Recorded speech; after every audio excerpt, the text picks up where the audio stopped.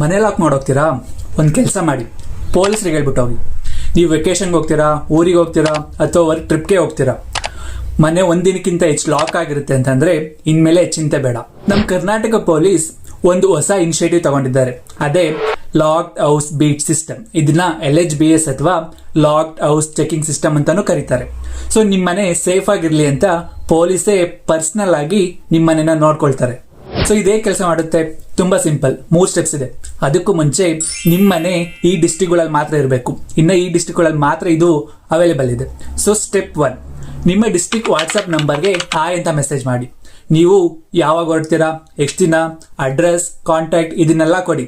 ಜೊತೆಗೆ ಸ್ಟೆಪ್ 2 ನಲ್ಲಿ ನಿಮ್ಮ ಮನೆ ಮುಂದೆ ನಿಂತು ಒಂದು ಸೆಲ್ಫಿ ಕಳಿಸಿ.